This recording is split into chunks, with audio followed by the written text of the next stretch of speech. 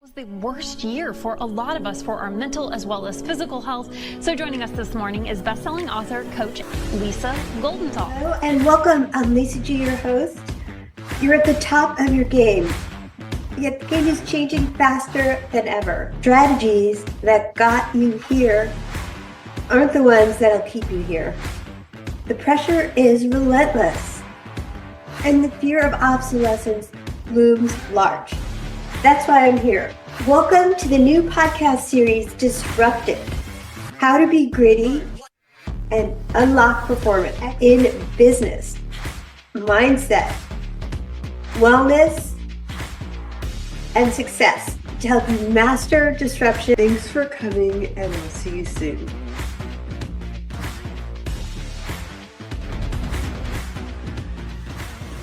Currently serves as a city manager of Dixon, Illinois. He's a host of the Leadership Excellent podcast. He's a dynamic leadership motivational speaker specializing in creating leadership cultures, employee engagement, ownership, belonging, change leadership, and crisis leadership. His leadership has been tested by the most difficult situations, not even including a global pandemic and hostage crisis type situations, leading the city of Dixon back from the $54 million loss. Danny Langloss, welcome. Welcome. How are you? Good. $54 million loss. That's huge. Yeah. So in April of 2012, the FBI came by to see me. I was a police chief at the time and let me know they were doing a search warrant at City Hall because of our comptroller, Rita Crunwell. And by the time the investigation was over, they determined she'd embezzled $54 million from the city over a period of 20 years. So you can imagine the fallout from that. And so we became pretty battle tested, created a great team, fought back. Amazing things are happening in Dixon now. We've completely rebounded. We recovered $50 million of the money through some out of court lawsuits. And then things are going well. But yeah, it was probably the most challenging time of my life, and in spite of some of the other things we've been blessed to be part of. Well, congratulations on that. I mean, she must have been really good at embezzling to get away with that much money over 20 years. That's like insane. And I know you've dealt with like hostage crisis and things like that too. Yeah, she's a sociopath. She was there for 30 years. She was the best at earning trust. She treated people better than they expected to be treated. She was on top of things. We didn't have the right system set up. We were in a commissioned form of government. We didn't have the right internal controls. So she made the bills, wrote the checks, cashed the checks, handled the accounts, like the way you wouldn't want to do it. But we sit very, very well now. We've got, over $12 million in reserves. We've accomplished a bunch of projects. We're expanding the city, tons of economic development, even through COVID. And we've really put together a great team that we're just so proud of. Well, welcome to the podcast, Danny. I've been following your career for so long on LinkedIn. I know we met on LinkedIn through mutual friends, and I know that you are such a fine example of leadership. So let's jump into my questions about leaders set the energy of an organization. Do you want to get into that a little bit? Yeah, one of the things that we talk about with leaders when we're doing our presentations or working with people or developing our own leaders is we ask the question, are you a thermostat or a thermometer? Think about that. I love that. A thermostat sets the temperature in the room. A thermometer takes the temperature. And as leaders, we've got to set the temperature, set the tone, set the positive energy in every room we walk into. We can't walk into rooms where there's negativity and problems and have our energy level go to there. As when we set that tone, it really begins with our energy and inserting that positive energy. But this is also where, we're sharing the vision, the greater vision and purpose that we'll later align our team members to. And it's so important. But when we do this, the part that I think leaders kind of fall down on is they believe in it and they say it and they mean it, but they don't do it. So we got to combine words with action. We got to walk the talk. We got to lead by example. We've always got to ask more out of ourselves than we do of other people. And we've really got to be there to support people and just be very consistent in our energy so people know what to expect. Well, that's one of the reasons I wanted to sit down and talk to you today, because I really see a lot of the guests you get on your podcast and a lot of the things, the topics that you address on leadership, to me reflects more modern leadership, where you're saying you want the team to be enrolled with the vision. And I want to talk to you also a little bit more about the power of belonging. How important is that in an organization these days? Yeah. So, when I was putting things together for our conversation leader, Lisa, you said, what makes leaders unstoppable, and this setting the tone and the energy, understanding the power of belonging, and then aligning purpose and driving to ownership within our team. So belonging is so important. All of us as human beings need to feel as if we belong. If we're just trying to fit in, we're just kind of surviving. When we belong, we're thriving. And there's several things that go in and contribute to that. Under this topic, team members are our gold, right? You take care of your people, they'll take care of the results. It's all about creating this environment that's even more than a great team, that transitions into the feeling of family. And that's a powerful thing. And that takes a lot of time. So when we talk about belonging, there's a lot of research on belonging. Belonging is one of our 7 pillars of ownership. There's 2 primary things that create a feeling of belonging. The first is mutual care and concern. I generally care about you, and you generally care about me. The second is frequent, pleasant interactions. So when we talk about frequent, pleasant interactions, they don't even always have to be pleasant. They just have to not have negativity in them, right? So they can be neutral. Most of the time we want them to be pleasant, but we're not talking about huge, big things. We're talking about little things like in the morning when you see somebody smiling and saying, "Good morning, Lisa. How are you doing today?" Right. Or, when you walk by the custodian who's cleaning the floor, getting the place looking good, saying, "Thank you, Bob. I really appreciate all your work. This place looks amazing."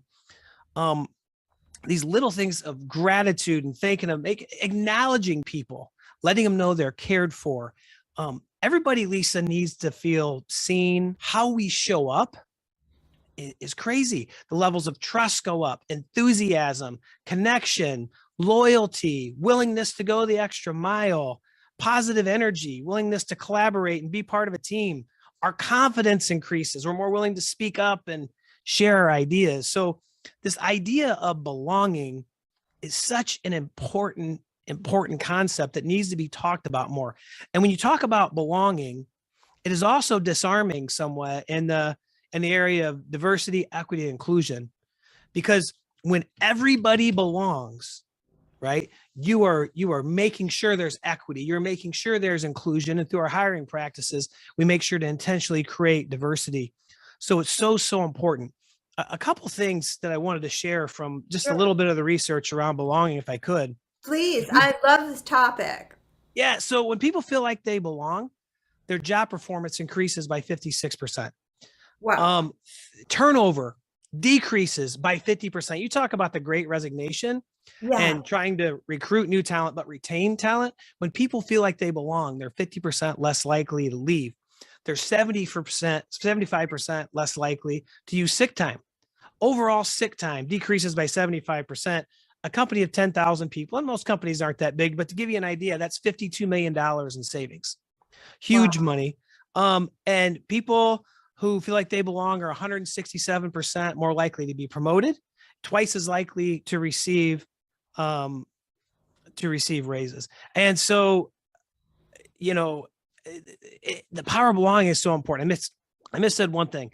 Their promotional scores are 167% higher. They're 18 times more likely to be promoted. So that really drives home the importance of belonging and feeling like we belong. And even more important than that solid feeling is making sure people don't feel excluded. When we feel excluded, that is actually a physical pain that manifests inside of us, that diminishes our quality of life, our mental health, that leads people to negative things. I call them the great destroyers of teams and organizations: gossip, rumors, envy, jealousy, backstabbing, all those things. So we've really got to make sure as we create belonging that if we see any exclusion, we've got to immediately bring those people into the belonging side, because the impacts and effects of belonging are game changing for organizations. Well, that's exactly what I wanted to sit down and talk to you. When you hear about belonging, think things like Brene Brown speaks about belonging, and the modern leadership style that I see you exemplifying with the great resignation. You should be running the whole country right now. I mean, you want to have less turnover because that's expensive when you have to like hire Yeah. people, train people, and the way that you talk about asking the janitor how his day is and acknowledging him for doing a great job, like that is just so cool to me, cool kind of leadership where people are going to want to stay with you, they want to go the extra mile, and you probably have no problem with retention. We're very like have a great, family. The word we used to use when we were at the police department was team, and towards the end we turned to family, and now we've turned to family and city family and uniting people. Um, Brene Brown has done incredible work. I love her book, Dare to Lead. I love her talk about vulnerability and humility of leadership. I've read a book and done some research where I saw, the one of the things on the janitor study, that the number one driver of meaning, of us feeling like we matter, that we're Yeah. meaningful, is feeling like we belong. And so So I think we need to intentionally talk about this more in leadership, because the cultures we create and the work experience we create, and you're right, when you look at 21st century leadership, that is a focus on leading the whole person. There's no more of this separate work life, personal life, right? Like right.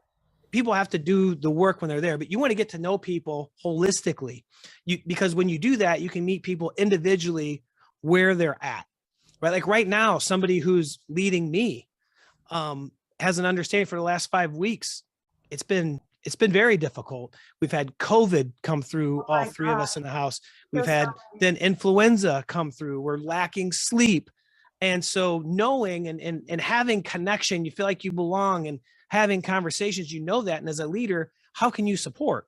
And to me as a person, and to me, my bosses are the city council because I'm the city manager right now, but to have their support just makes me so much more motivated to do the very best job I can do for them and to far exceed their expectations. And that's really the power of belonging, the power of feeling appreciated, being cared for, feeling like you matter. I love this new 21st style of leadership. And I want to ask one more question just to dive a little bit deeper into this topic, because thermostat rather than thermometer is amazing, and belonging is so amazing because with the amount of time we are spending at work, it seems like now more than ever we're working more rather than less. So, how important also, too, is it to align our purpose to create ownership within your family of work? Yeah. So aligning purpose, so the 7 pillars of ownership are psychological safety. That's foundational. The second is sense of belonging. Then it's aligning purpose. And these are all foundational pieces to create ownership. So what's ownership? Ownership is the extreme emotional and psychological connection of a person to their team, the organization, and the goals of the organization. When people have ownership, they do things because it's important to them, not because somebody told them to do it. They're constantly looking to make things better. They're proactively solving problems, right? And they're invested in this company as if they own it, which is such a powerful, powerful driver. So when we talk about aligning purpose, right? We hear so much about purpose these days, Lisa. Our friend David Marlowe, the Ikigai Yeah. expert, talks a lot about purpose. And it's so important because people are so purpose driven. That's one of the drivers. People have had all this time in the Great Resignation to reflect and say, does my life matter? And does what I do have meaning, Right. right? Do I belong? What is my purpose? What is my legacy? And so what we got to do, and this doesn't have to be huge. It doesn't have to be curing cancer or going to the moon, right? But we need to intentionally align the purpose of our organization with the purpose of every single team member. So they get that emotional and psychological commitment. So they become fully invested. You talk about the custodian, for example. Right. The custodian isn't somebody who sweeps the floors and cleans the toilets. In COVID, the custodian is the front line of keeping people safe, of keeping the environment Absolutely. clean, safe, sterile. In non-COVID, we're a first impression society in the United States, 100%. And in Right. non-COVID, the custodian sets the tone for the brand and the trust of the organization. Because when people walk through your door and the floors are shining and the glass is clean and the counters are clean, and when they go into the restrooms and everything is spotless, that says something about the quality and professionalism in the organization. And there is service within that and great pride within that. And so we've got to understand that every single role, no matter what organization you're in, there's importance or the role wouldn't be there. And it's our job to let them know their importance, to tie into their purpose, to truly understand through interacting with them what drives, motivates them, what lights them on fire, and let them know how what they're doing aligns with the purpose of the organization and how we couldn't do it without them. And when we do that, we create ownership. And then on top of that, we create this feeling or this energy of what I call the synergy of champions. And that is, no one person can know everything. No one person can do everything. It takes all of these purpose-driven owners. And when you combine them moving in a common direction and purpose, the synergy that creates isn't a one-time multiplier, it's a 10-time multiplier. And that's really how you create these high-performing cultures and achieve and sustain organizational excellence.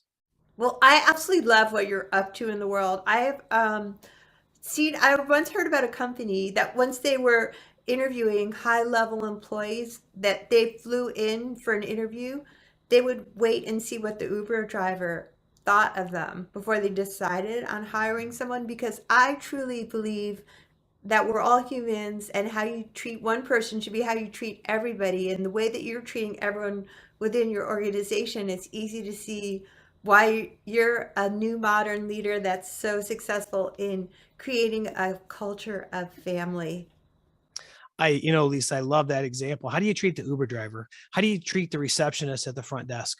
How you treat people is how you treat people. And if you value every human being the same exact way, regardless of title, man, we want you on our team. And those are people that we want on our teams. Absolutely. Me too. Those are people who I want in my life. Where can people find more of your good stuff, Danny? Well, thank you, Lisa. I'm the host of the Leadership Excellence Podcast. We're about ready to launch season 3. We're about 67 episodes in. So grateful for all the incredible guests that have come on and shared so many areas. It's all leadership, leadership principles transform across all professions, strategy specific, but people are people. DannyLangloss.com is my website. I'm in the process of revamping that and launching a new one, but the website's up. The podcast is there. Some stuff from our keynotes and speaking is there.